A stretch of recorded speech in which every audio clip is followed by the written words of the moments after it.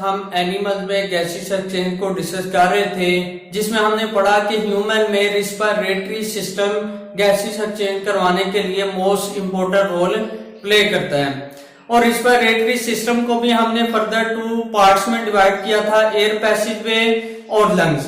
Last lecture में हम air passage वे में डिफरेंट जो स्ट्रक्चर इन्वॉल्व है और उनका क्या फंक्शन है, इस सब की डिटेल से डिस्कशन कर चुके थे। आज का हमारा टॉपिक है लंग्स।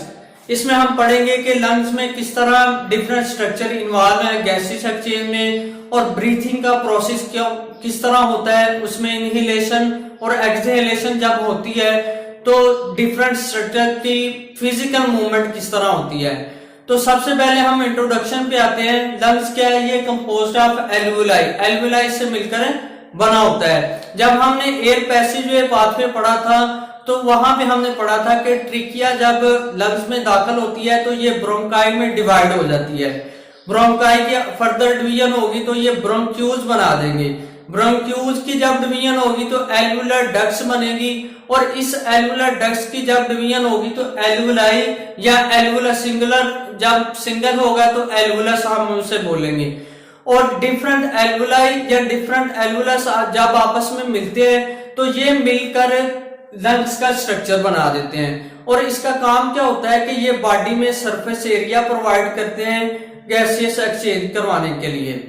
नेक्स्ट पे आती है इसकी लोकेशन। तो ये बॉडी में एक होल कैविटी में पाए जाते हैं, जिसे हम थोरैसिक कैविटी या चेस्ट कैविटी कहते हैं। लंग्स बॉडी में थोरैसिक कैविटी में पाए जाते हैं, और इस कैविटी को प्रोटेक्ट करने के लिए 12 पेयर्स ऑफ बोन्स पाई जाती हैं बॉडी में, जिसे हम रिब्स कहते हैं। और ये रिब्स डिफरेंट टाइप के जो मसल्स हैं उनके साथ जुड़ी होती हैं या उनके जरिए आपस में जुड़ी होती हैं, जिसे हम इंटरकोस्टल मसल्स कहते हैं। रिब्स मसल को हम इंटरकोस्टल मसल्स कहते हैं। और इस रिब्स के साथ नीचे मस्कुलर स्ट्रक्चर पाया जाता है, जिसे हम डायाफ्राम कहते हैं। डायाफ्राम की जो फिजिकल मूवमेंट है ये गैसेस एक्सचेंज में मोस्ट इंपोर्टेंट रोल प्ले करती है। उसके बाद लंग्स में 2 मेम्ब्रेन्स भी पाई जाती हैं, इनर मेम्ब्रेन और एक्सटर्नल मेम्ब्रेन, जिसे हम प्लूरल मेम्ब्रेन कहते हैं। लंग्स में जो मेम्ब्रेन्स पाई जाती हैं उसे हम प्लूरल मेम्ब्रेन्स कहते हैं। उसके बाद नेक्स्ट पे आते हैं कि लंग्स की नेचर किस तरह के होते हैं बॉडी में। तो ये स्पॉन्जी और इलास्टिक इन नेचर होते हैं, स्पॉन्जी और इलास्टिक इन नेचर होते हैं। और जो लेफ्ट लंग है वो स्मॉलर होता है राइट लंग से। क्यों स्मॉलर होता है कि लेफ्ट लंग में 2 लोब्स पाए जाते हैं, और जो राइट लंग है इसमें 3 लोब्स पाए जाते हैं। एक लोब ज्यादा होने की वजह से ये लार्जर होता है लेफ्ट लंग से, और इस तरह ये गैसेस एक्सचेंज में मोस्ट इंपोर्टेंट है कि ब्रीथिंग बॉडी में किस तरह होती है और लंग्स ब्रीथिंग प्रोसेस में किस तरह इन्वॉल्व होते हैं। ब्रीथिंग क्या है कि बॉडी में गैसेस का चेंज होना, इस प्रोसेस को हम ब्रीथिंग कहते हैं। और ब्रीथिंग को फर्दर 2 टाइप्स में या फेजेस में डिवाइड किया जाता है, जो सबसे पहली है इनहेलेशन और एक्सहेलेशन।